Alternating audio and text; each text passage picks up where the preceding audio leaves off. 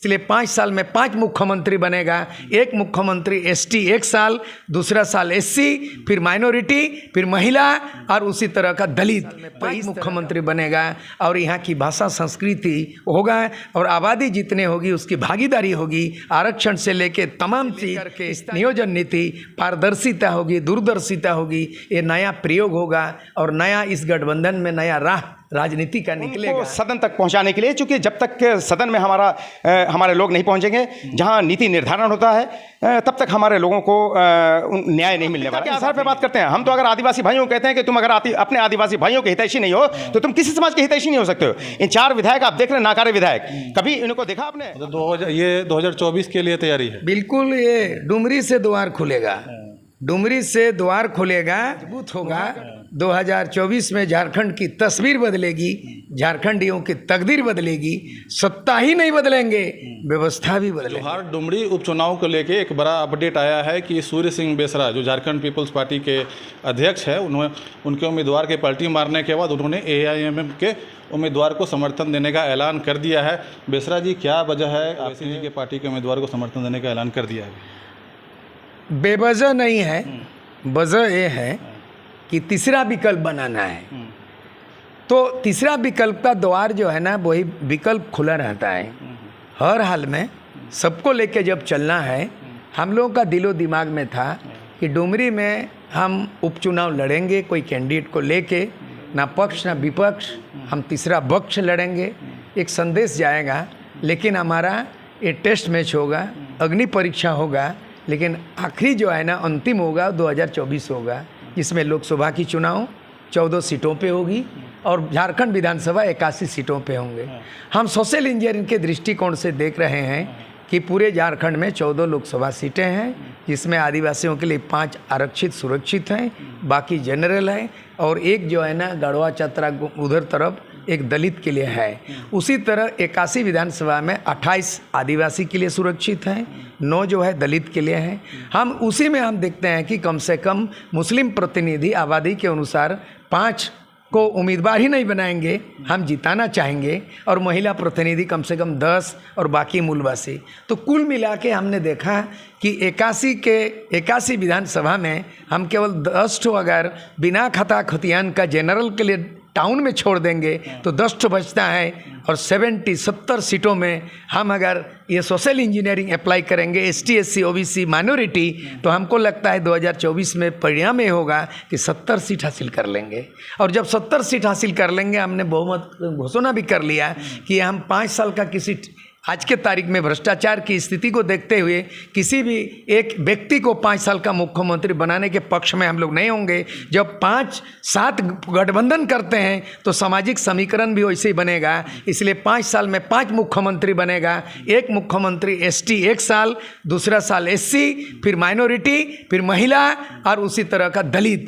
तो इस तरह का 5 साल में 5 मुख्यमंत्री बनेगा और यहाँ की भाषा संस्कृति होगा और आबादी जितने होगी उसकी भागीदारी होगी। आरक्षण से लेके तमाम चीज, स्थानीय नीति से लेकर के नियोजन नीति, पारदर्शिता होगी, दूरदर्शिता होगी। ये नया प्रयोग होगा और नया इस गठबंधन में नया राह राजनीति का निकलेगा। तो यही प्रयास में ये जो है ये महागठबंधन होगा 2024, और डुमरी से 2024 के लिए विकल्प का द्वार खुलेगा, डुमरी से नया द्वार खुलेगा। ठीक है। AIMM के प्रदेश अध्यक्ष मोहम्मद साकिर जी भी हमारे साथ हैं। आपको सूर्य सिंह बेसरा का समर्थन तो मिल गया है, कितना असर इससे पड़ेगा? जब से परिसीमन हुआ है तब से लगातार उस सीट पर कुर्मी जाति के ही उम्मीदवार जो है जीतते आए हैं। बहुत बहुत शुक्रिया आपके तमाम दर्शकों का। और सबसे पहले तो मैं धन्यवाद अर्पित करना चाहूँगा अपने गार्जियन जनाब सूर्य सिंह बेसरा साहब को, जो झारखंड पीपल्स पार्टी के केंद्रीय अध्यक्ष हैं, आजसू पार्टी के संस्थापक सदस्य हैं।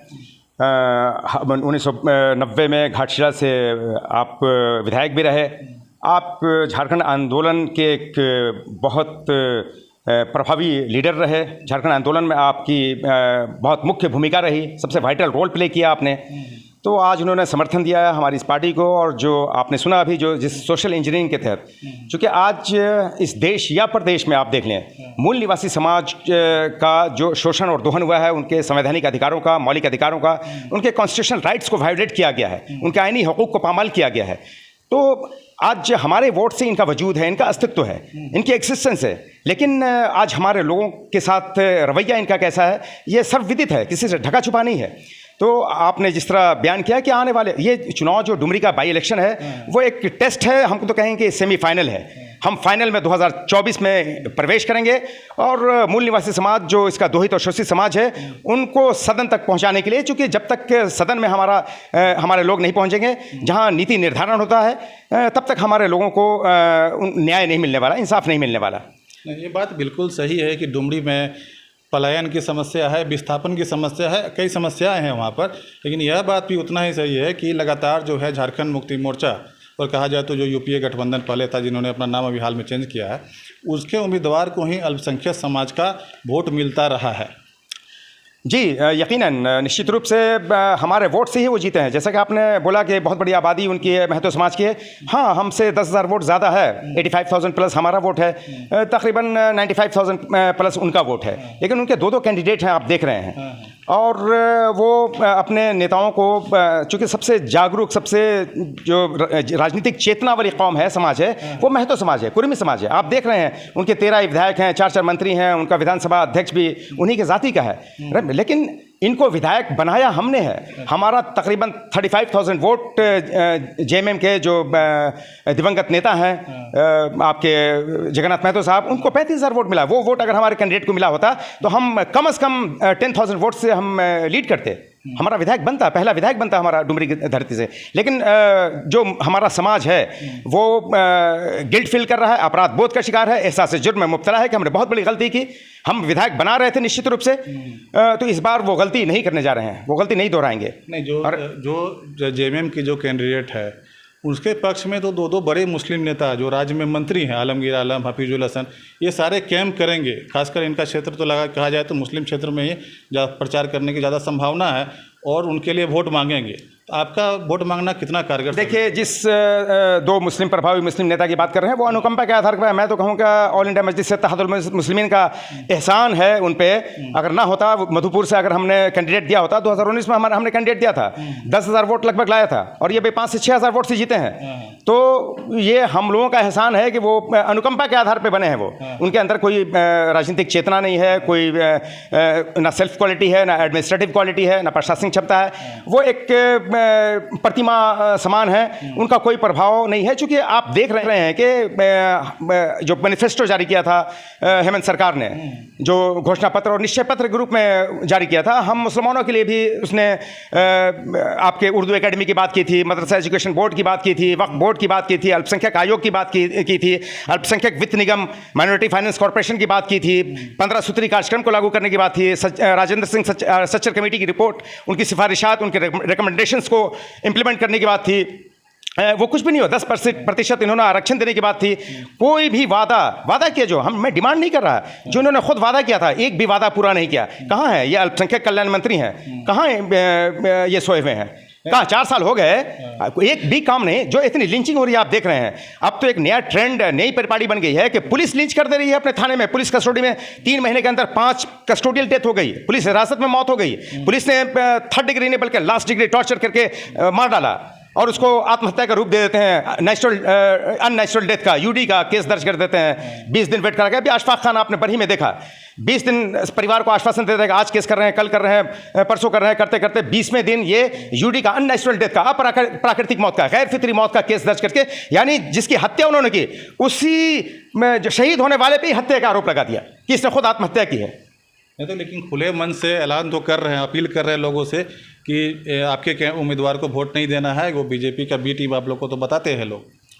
देखिए, एक्चुअली ये लोग भी झांसे में आते हैं। बीजेपी की, देखिए मैं फिर बता रहा हूँ, उनका चेहरा, ये चारों विधायक, सिर्फ 2 विधायक, इनके मंत्री की बात नहीं है, ये चारों हमारे जो मुस्लिम विधायक हैं सो कॉल्ड ना, ये चारों नाकारे हैं, निकम्मे हैं ना।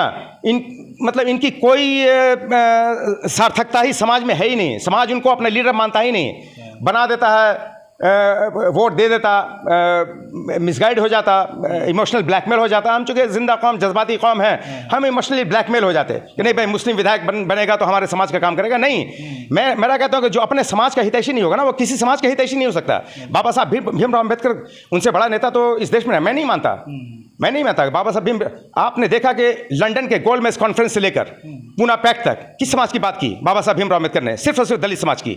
लेकिन आज हमारे सर्वमान्य नेता 95% भारतवासियों के सर्वमान्य नेता हैं, क्योंकि जो अपने समाज का, जी सिंपल लॉजिक है मेरे भाई, कि हम अगर अपने परिवार के लिए बेहतर नहीं है तो अपने पड़ोसियों के लिए बेहतर नहीं हो सकते, फिर अपने वार्ड, अपने पंचायत, अपने प्रखंड, अपने जिला, प्रदेश और प्रदेश के लिए बेहतर नहीं हो सकते। जो अपने लिए बेहतर नहीं होता अपने समाज के लिए बेहतर नहीं हो सकते। जो अपने समाज का हितैषी, हम मुसलमानों की बात करते हैं लेकिन प्राथमिकता के आधार पर बात करते हैं। हम तो अगर आदिवासी भाइयों को कहते हैं कि तुम अगर अपने आदिवासी भाइयों के हितैषी नहीं हो तो तुम किसी समाज के हितैषी नहीं हो सकते हो। इन 4 विधायक आप देख रहे हैं, नाकारे विधायक, कभी इनको देखा आपने अपने हितों की बात करते हुए?